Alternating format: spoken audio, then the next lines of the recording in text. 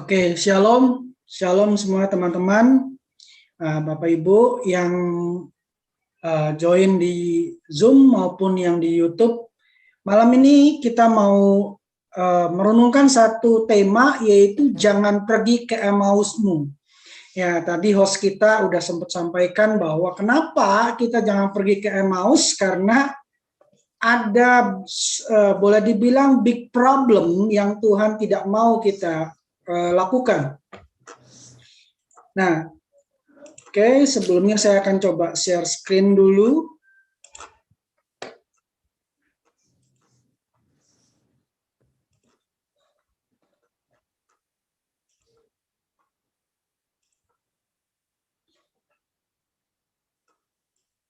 Oke, apakah tampak jelas?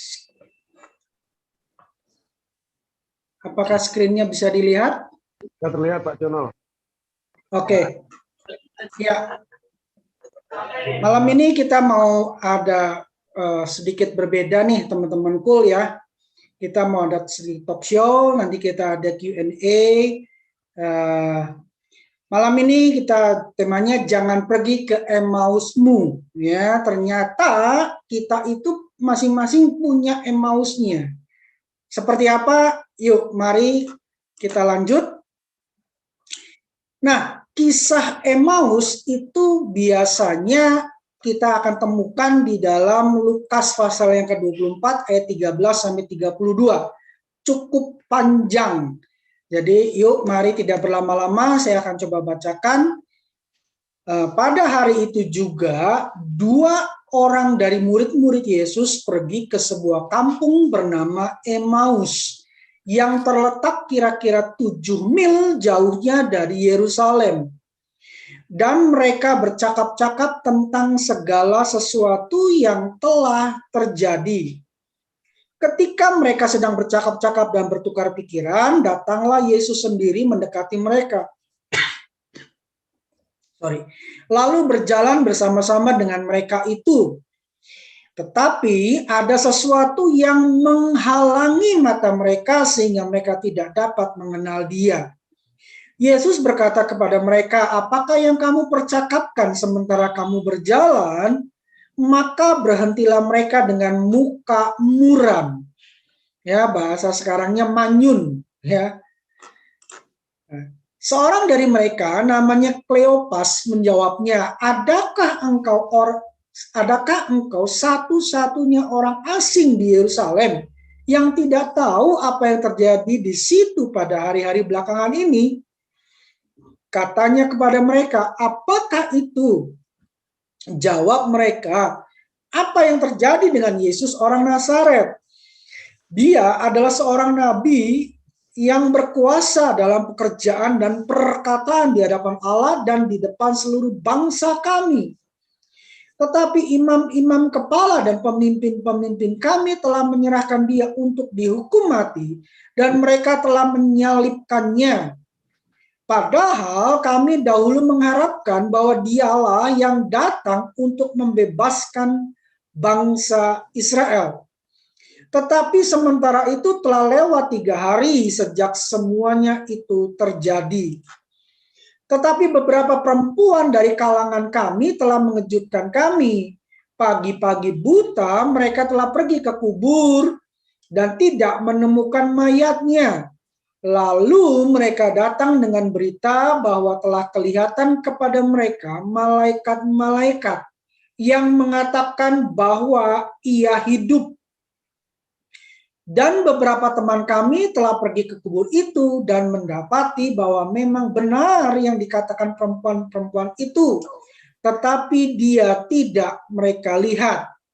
Lalu ia berkata kepada mereka, hai kamu orang bodoh, betapa lambannya hatimu sehingga kamu tidak percaya segala sesuatu yang telah dikatakan para nabi. Bukankah Mesias harus menderita semuanya itu untuk masuk ke dalam kemuliaannya?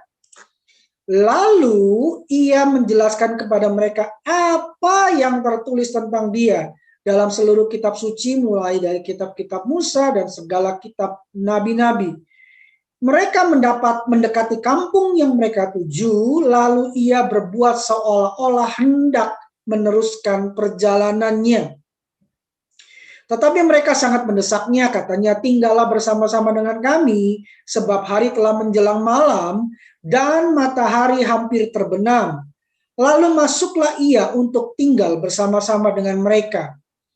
Waktu ia duduk makan dengan mereka, ia mengambil roti, mengucap berkat, lalu memecah-mecahkannya dan memberikannya kepada mereka.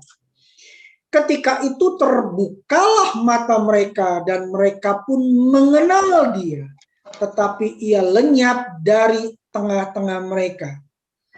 Ayat 32, kata mereka seorang kepada yang lain, bukankah hati kita berkobar-kobar ketika ia berbicara dengan kita di tengah jalan dan ketika ia menerangkan kitab suci kepada kita?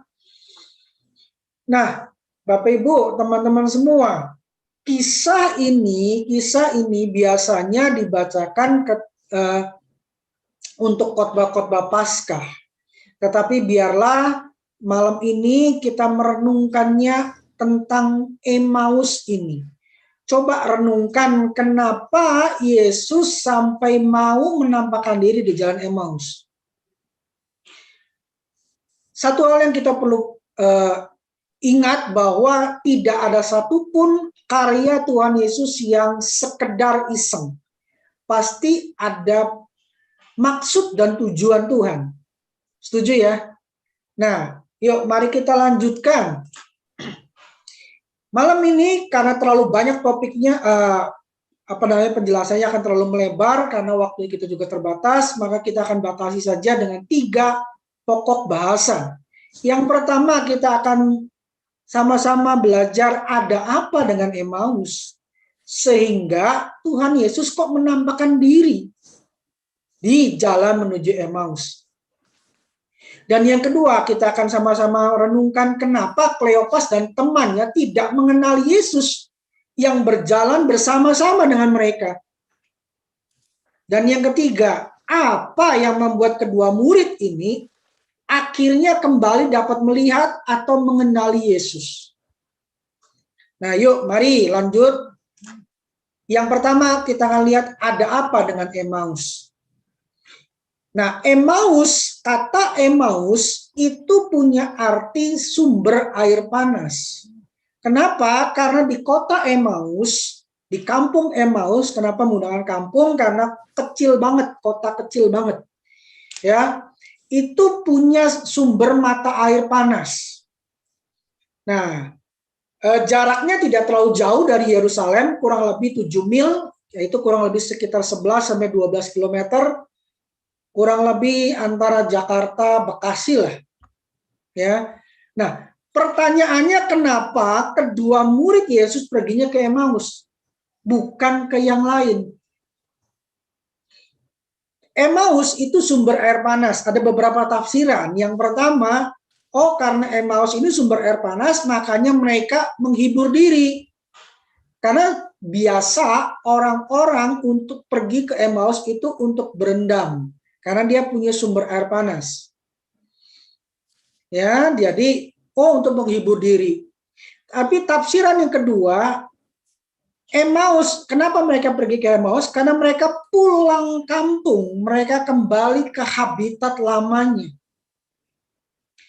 Ketika Petrus melihat Yesus disalibkan, Petrus dan teman-temannya ngapain? Kembali ke habitatnya sebagai nelayan. Makanya Petrus mengajak teman-temannya, yuk, aku mau menangkap ikan. Nah, untuk Kleopas dan temannya yang tanda kutip ini anonim, ya, ini ke habitatnya yang lama yaitu Emmaus.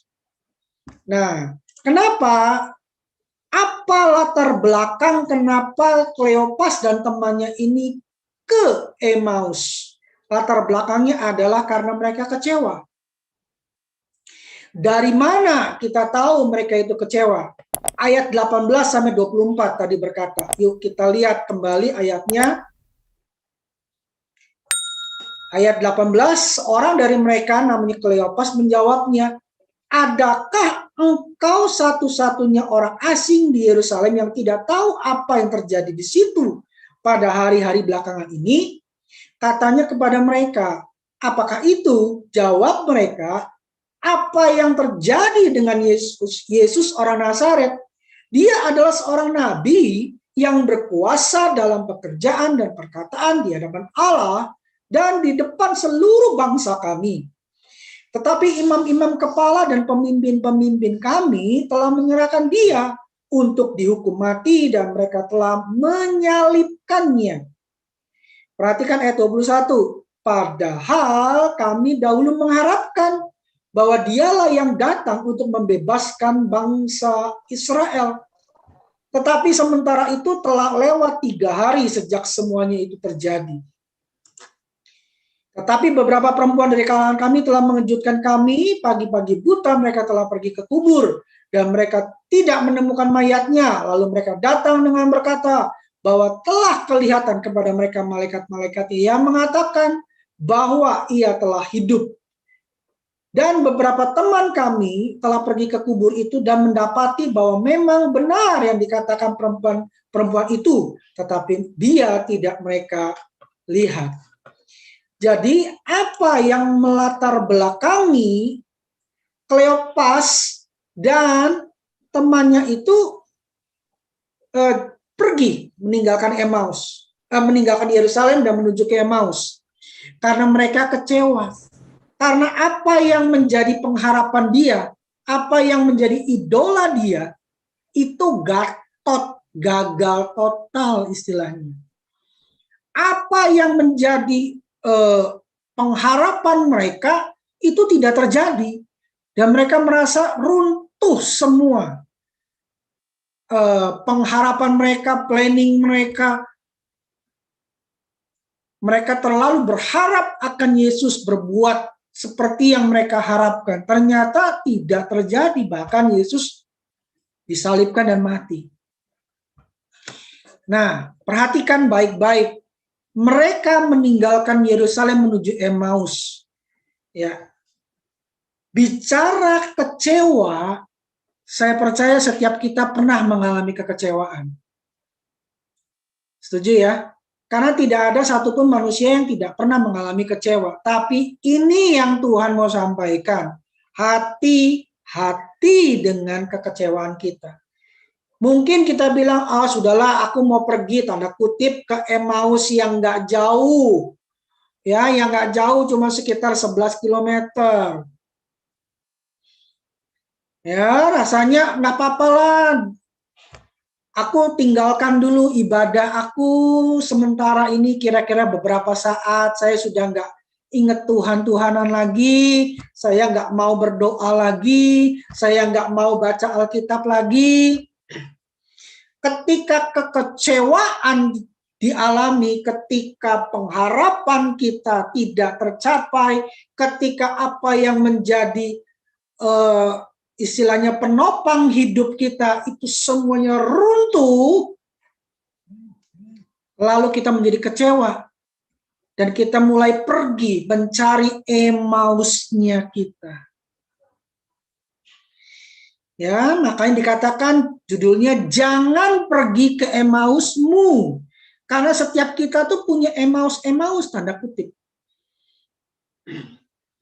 Nah, kenapa Yesus perlu datang ke mereka, menjumpai mereka dalam perjalanan menuju Emmaus? Karena Yesus mau sampaikan pesan, ketika kita kecewa, jangan pernah tinggalkan Yerusalem.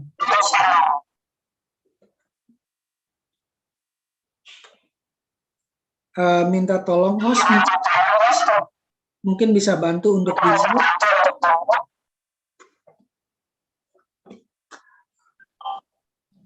Mungkin bisa tolong di-mute-kan. Oke, kita lanjut ya. Nah, Tuhan mau ajarkan kita bahwa sekecewa-kecewanya kita, jangan pernah tinggalkan Yerusalem. Yerusalem itu berbicara apa? berbicara hadirat Tuhan, berbicara persekutuan dengan Tuhan, berbicara persekutuan dengan orang percaya yang lainnya, juga berbicara keintiman kita dengan Tuhan, kerohanian kita dengan Tuhan.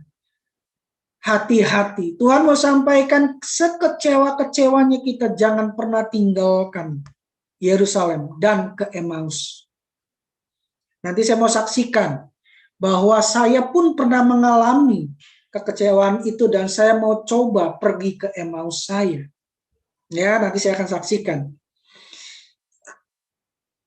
So, hati-hati dengan rasa kecewa kita. Karena kecewa kita bisa tinggalkan Tuhan. Berapa banyak orang yang kecewa dan akhirnya dia sudah enggak ke gereja lagi, dia enggak ingat-ingat Tuhan lagi, ya kan, boro-boro ke gereja, berdoa aja udah enggak, ya, berdoa 5 waktu juga sudah tidak. Bapak Ibu tahu ya doa 5 waktu, yaitu doa bangun tidur, doa makan pagi, doa makan siang, doa makan malam, dan doa tidur. Itu doa 5 waktu. Boro-boro ke gereja, doa saja sudah ditinggalkan. Boro-boro kita baca Alkitab, boro-boro kita punya praise and worship pribadi dengan Tuhan. Hati-hati dengan kekecewaan kita. Makanya Tuhan mau ajarkan ketika Kleopas dan temannya pergi meninggalkan Yerusalem menuju Emmaus, Tuhan menampakkan diri ke mereka. Ini menjadi pelajaran buat setiap kita. Nah, apa yang menyebabkan mereka mengalami kekecewaan? Karena pola pikir yang salah dalam benak Kleopas dan temannya itu. Dan saya percaya ini juga terjadi pada beberapa murid Tuhan Yesus yang lain.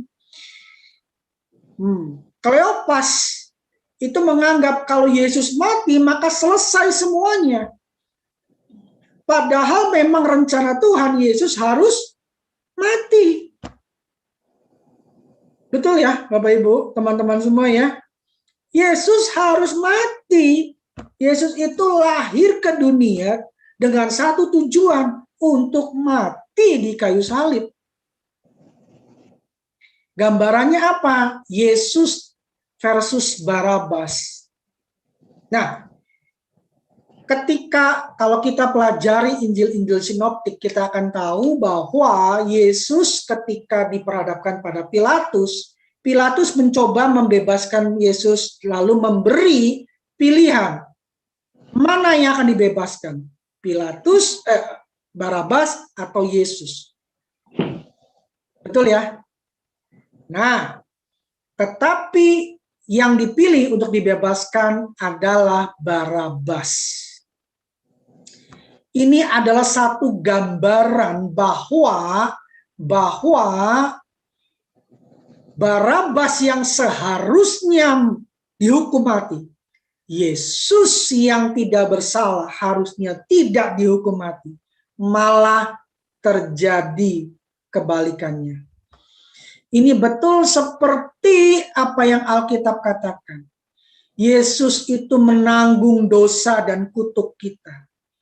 Kita yang seharusnya mati, dihukum, tetapi karena kasih karunia Allah, kita diselamatkan. Oleh karena kasih karunia Allah, terjadi pertukaran Yesus dan Barabas, Yesus dan kita. Kita yang seharusnya disalibkan, kita yang seharusnya mati binasa, tetapi karena Yesus yang menukar pertukaran di kayu salib, Yesus mati untuk kita, Yesus mati sebagai kita. Jadi Kleopas punya pola pikir yang salah sehingga dia menjadi kecewa. Lalu pola pikir salah apa lagi? Kleopas menganggap Yesus itu nabi. Makanya dia sangat berharap kepada manusia, sedangkan Tuhan bilang jangan berharap kepada manusia, berharap kepada Tuhan. Pola-pola pikir yang salah dalam benak Kleopas itu bisa sebagai gambaran pola pikir yang salah dalam benak kita. Seringkali kita tidak bisa mengerti akan rencana Tuhan yang Tuhan izinkan terjadi dalam hidup kita. Lalu kita membuat kita bersungut-sungut, lalu kita membuat kita menjadi kecewa, dan kita berusaha lari dari Yerusalem kita ke Emmaus. Nah, yang kedua, lanjut, yang kedua.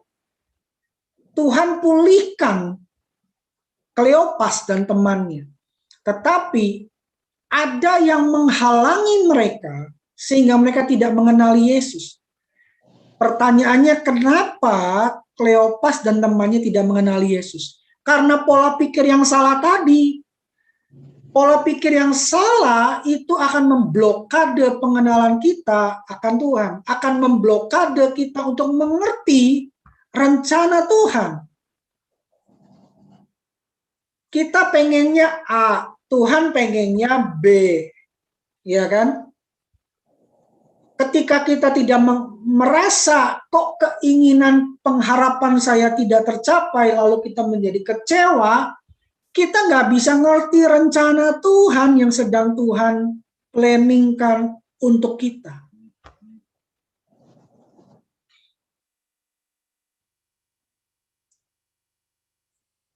Nah, kalau kita lihat tadi ayatnya 24, ayatnya Lukas 24 ayat yang ke-16.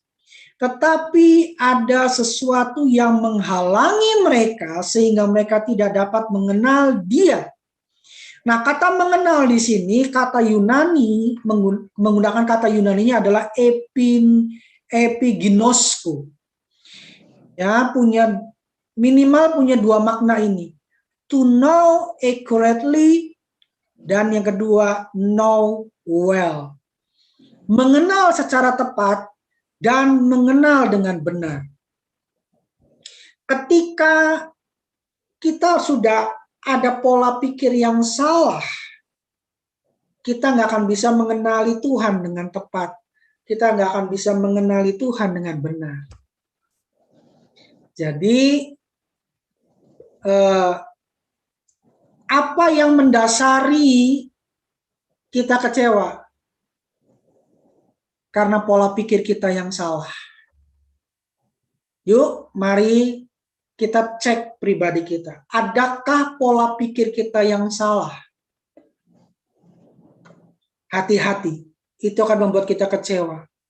Kalau tidak dikelola kekecewaan kita, maka kita akan pergi meninggalkan Yerusalem kita menuju Emmaus kita. Di mana Emmaus kita? Bisa macam-macam. Bisa berupa hobi kita, ya kan? Kembali ke habitat kita yang lama, kesenangan kita yang lama, bahkan mungkin tanda kutip agama kita yang lama. Hati-hati. Nah, lanjut yuk. Lukas 24 ayat yang ke-25 berkata, lalu ia berkata kepada mereka, hai kamu orang bodoh, betapa lambannya hatimu, sehingga kamu tidak percaya segala sesuatu yang telah dikatakan para nabi. Alkitab bahasa Inggris versi The Message itu menggunakan kalimat, then he said to them, so thick-headed, so slow-hearted, why can't you simply believe all that the prophets say? Kurang lebih artinya lalu Yesus berkata kepada mereka, hai orang bodoh, lambat mengerti. Mengapa kamu tidak dapat mudah percaya kepada semua perkataan Nabi? Orang-orang yang punya kekecewaan, dia nggak akan gampang mudah untuk mengerti akan rencana Tuhan. Nggak akan dapat bisa dengan mudah untuk percaya akan rencana Tuhan. Jadi yuk mari kelolalah kekecewaan kita dengan baik. Apa penyebabnya kita tidak mudah percaya? Pola pikir yang salah memblokade pengenalan kita akan Tuhan. Pola pikir yang salah akan memblokade kita mengerti rencana Tuhan. Pola pikir akan menjadi salah ketika kita pakai pikiran dan pengetahuan kita, bukan memakai pikiran dan pengetahuannya Tuhan. Ada satu gambar yang mau saya ajak kita sama-sama perhatikan. Ini gambar apa? Ya, tolong perhatikan baik-baik Bapak Ibu. Ya. Ini gambar apa? Yang pasti wajah seorang manusia. Tapi perhatikan, dia itu sedang melihat ke kita atau sedang melihat ke samping?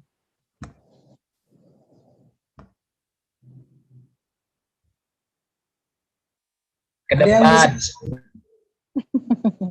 Lihat ke depan. Dua-duanya, samping dan depan.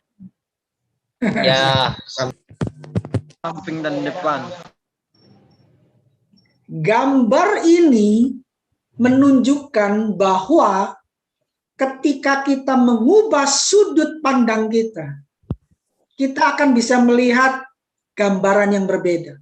Setuju ya? Jadi apa yang menyebabkan terjadi kekecewaan? Karena kita punya sudut pandang yang berbeda dengan Tuhan. Kita ke Emmaus karena kita kecewa. Kenapa kita bisa kecewa? Karena kita punya sudut pandang yang berbeda dengan Tuhan. Pelukis gambar ini, dia mau gambar muka orang yang sedang menghadap kita. Tetapi karena kita mengubah sudut pandang kita, kita akan melihat, oh, orangnya sedang memandang ke sebelah samping, bukan sedang memandang kita. Betul apa betul? Iya kan? Perbedaan sudut pandang itulah. Ada satu kejadian beberapa hari yang lalu ketika anak saya, dia melihat ketika ada di sebuah hotel bertingkat, hotel lantai tinggi, dan dia melihat satu sisi dari jendela itu, dan sepupunya bilang, apa yang tampak itu adalah pemandangan kuburan. Ketika pada sisi yang berbeda, istri saya melihat, wow, pemandangannya bagus sekali. Tetapi anak saya masih pakai melihat yang berbeda, sisi yang berbeda. Makanya dia bilang, tidak, Mam, itu pemandangannya pemandangan kuburan. Padahal istri saya melihat, wow, pemandangannya bagus sekali. Apa yang menyebabkan seperti itu? Sudut pandang yang berbeda. Jadi apa yang membuat kita kecewa? Sudut pandang yang berbeda dengan Tuhan. Jadi yuk, kelolalah kekecewaan kita, supaya kita tidak pergi ke Emmaus kita. Yang ketiga, apa yang membuat kedua murid ini akhirnya kembali dapat melihat, mengenali Yesus? Ya, Lukas 24 ayat 27-32 berkata, lalu ia menjelaskan kepada mereka apa yang tertulis tentang dia. Ayat 28, mereka mendekati kampung yang mereka tuju, lalu ia berbuat seolah-olah hendak meneruskan perjalanannya. Garis bawahi kata seolah-olah. Tetapi mereka sangat mendesaknya. Garis bawahi lagi kata sangat mendesaknya. Katanya, tinggallah bersama-sama dengan kami, sebab hari telah menjelang malam dan matahari hampir terbenam. Lalu masuklah ia untuk tinggal bersama-sama dengan mereka. Ayat 30, waktu ia duduk makan dengan mereka, ia mengambil roti, mengucap berkat, lalu memecah-mecahkannya dan memberikannya kepada mereka. Ketika itu terbukalah mata mereka, dan mereka pun mengenal dia tetapi ia lenyap dari tengah-tengah mereka. Kata mereka kepada seorang lain, bukankah hati kita berkobar-kobar ketika ia berbicara dengan kita di tengah jalan dan ketika ia menerangkan kitab suci kepada kita? Apa yang membuat Kleopas dan temannya ini akhirnya bisa mengenali Yesus? Kira-kira apa? 3 hal. Yang pertama, mereka masih memiliki hati yang masih mau diajar. Buktinya apa?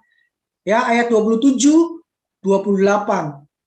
Ketika ayat 27, ketika Yesus menjelaskan kepada mereka apa yang tertulis tentang Yesus dari seluruh kitab suci, mereka mau mendengarkan apa yang Yesus sampaikan. Padahal kita baca ayat-ayat di atasnya, Kleopas dan teman itu bermuka muram. Bahasa Belandanya manyun. Iya kan? Dia kecewa banget. Frustasi. Mungkin ada campur depresi.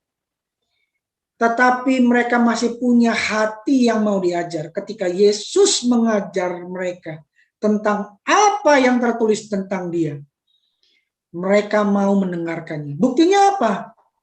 Perhatikan ayat 28. Ketika Yesus berbuat seolah-olah hendak meneruskan perjalanannya. Ayat 29. Mereka sangat mendesaknya, katanya, tinggallah bersama-sama dengan kami. Ayat-ayat ini membuktikan bahwa mereka mau diajar oleh Yesus. Kalau mereka tidak mau diajar oleh Yesus, ketika Yesus berbuat seolah-olah hendak meneruskan perjalanannya, pasti mereka akan membiarkan Yesus pergi begitu saja. Setuju ya? Nah, jadi apa yang membuat kedua murid ini akhirnya dapat kembali melihat atau mengenal Yesus? Karena mereka memiliki hati yang masih mau diajar. Yang kedua, masih mempertahankan rasa haus. Ayat 29 tadi dengan jelas berkata, mereka sangat mendesaknya. Katanya, tinggallah bersama-sama dengan kami. Itu satu gambaran bahwa ketika Yesus mengajar, mereka itu seperti spon. Menerima apa yang Yesus sampaikan. Karena mereka masih memiliki hati yang haus akan pengajaran Tuhan. Yang terakhir, yang ketiga, mereka masih mau bersekutu. Ayat 30, waktu ia duduk makan dengan mereka, ia mengambil roti, mengucap berkat, lalu memecah-mecahkannya dan memberikannya kepada mereka. Ini gambaran persekutuan Yesus dengan mereka. Seandainya mereka kecewa, lalu mereka tidak mau bersekutu dengan Tuhan, mereka biarkan Yesus terus berjalan, mereka nggak akan bersekutu dengan Tuhan malam itu. Ketiga hal